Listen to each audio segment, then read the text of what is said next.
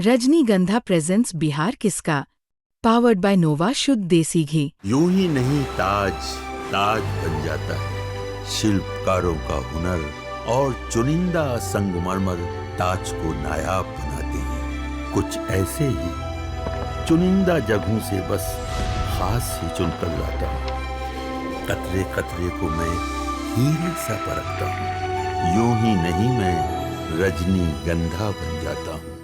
एक दिन पहले जो एक नोटिस आ जाता है मुंबई का घर को लेकर, आपके आवास को लेकर, इस पर क्या कहेंगे आप? चलिए, बड़ी शिद्दत से उस घर को बनाया हूँ मैं, खून पसीना एक करके बनाया हूँ। अगर भगवान को यही मंजूर है तो उसके लिए क्या बोल सकता हूँ मैं। क्योंकि मुंबई नगर निगम ने तो इसे एनक्रोचमेंट कह दिया है। ठीक है, आगे क्या होगा मैं क्या बोला कि मुझे कल पता नहीं ना, तो कल के बारे में बात नहीं करता। नमस्कार, मैं गौरव कुमार पांडे। इस वक्त बिहार तक की टीम मौजूद है रसूलपुर थाना डी में। आप देखिए यहाँ पर खेसारी की गाड़ी आ चुकी है। खेसारी लाल यादव गाड़ी के अंदर हैं और यहीं पर इनका जो है वोट डलेगा। धानापुर के इसी रसूलपुर गांव के इसी पोलिंग स्टेशन पे हम थोड़ी देर में बात करने की कोशिश करेंगे, लेकिन अभी फ़िलहाल उनकी गाड़ी जो है वहाँ पर अभी जा रही। देखिए, अभी यहाँ पर जो है कृष्णा बेदर्दी का घर है और घर के ठीक सामने पोलिंग स्टेशन है, प्राथमिक विद्यालय है। और आपको बता दें कि खेसारी लाल यादव जो है घर गाड़ी से निकल रहे हैं और अभी वो देखिए तैयार हो चुके हैं आज पोलिंग के लिए। और हम खेसारी जी से बात करने की कोशिश करेंगे। शत्रुघ्न जी कैसे हैं आप? गुड मॉर्निंग जी। कैसे आज लग रहा है आपको? कैसा लगेगा, अपने अधिकार के लिए आए हैं तो ठीक ही लग रहा है। आज एक तरह से एग्जाम है आज। हाँ, कोई बात नहीं, एग्जाम के लिए प्रिपेयर्ड है। जिंदगी हर दिन परीक्षा के हिसाब से ही चलती है, क्योंकि कल क्या होगा पता नहीं, तो परीक्षा तो हर दिन है। तो आज मन में क्या चल रहा है आपके सुबह सुबह? मेरे मन में क्या चलेगा, मेरे मन में कुछ चलता नहीं है। मैंने मेहनत की, बाकी भगवान है, क्या करेगा वो करेगा, जनता क्या करेगी वो करेगी, उसका विषय है। मैं मेहनत करता हूँ, रिजल्ट देना और नहीं देना वो ईश्वर के हाथ में होता है, क्योंकि मैं ईश्वर नहीं, मैं एक इंसान हूँ और इंसान ईश्वर के हिसाब से चलता है। उसका कर्म है, वो कर रहा है। तो आज के दिन आप वोट डालने के लिए अपील करना चाहेंगे जनता को? बिल्कुल, क्योंकि आपका अधिकार है और इसी से आपके अपने बच्चों का भविष्य तय हो सकता है। और ये वोट सिर्फ किसी को जिताने और हराने की नहीं, बल्कि अपने बच्चों के भविष्य के लिए किया जाता है।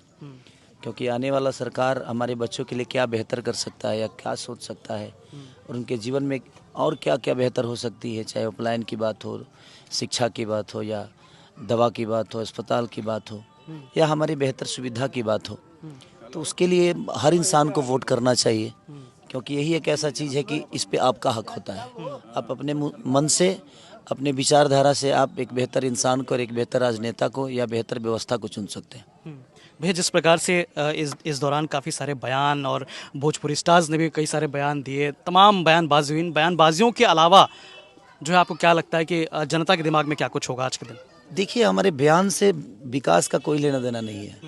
बयान एक दूसरे पे किया जा सकता है या किसी व्यक्ति विशेष को हम नीचा अपने जुबान से दिखा सकते हैं, बट मुझे लगता है कि लोगों को व्यवस्था की और शिक्षा की ज़रूरत है। पलायन रोकने की बात है या नौकरी की बात है या अस्पताल की बात है, तो बात हमें उस पर करना चाहिए। हमने उनको क्या बोला, उन्होंने हमको क्या बोला, इससे जनता को कोई लेना देना नहीं है। थोड़ा देर के लिए इंटरटेन जनता हो सकती है, बट मुझे लगता है कि हमारे बातों से ना जनता का पेट भरता है और ना ही किसी को शिक्षा मिलती है।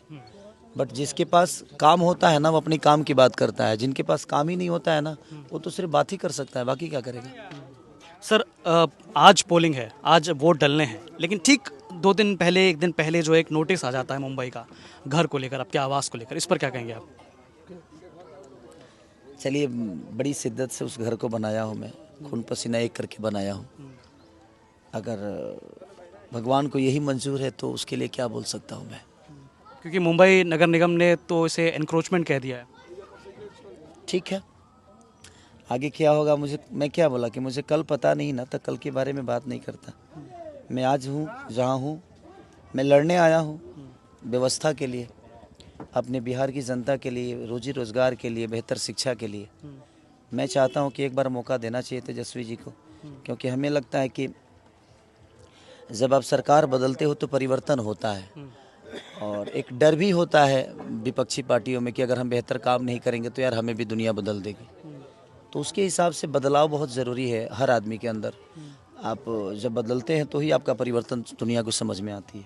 तो सर उस जो एनक्रोचमेंट कहा गया है उस कंस्ट्रक्शन का फिर क्या करेंगे, कैसे करेंगे आप, क्या चल रहा है उसको लेकर? कि आगे क्या होगा नहीं पता मुझे, बट मैंने मेहनत करके और बहुत वो सपनों का घर है मेरा। सपनों की नगरी में। ठीक है, ज़्यादा विषय नहीं है उसका।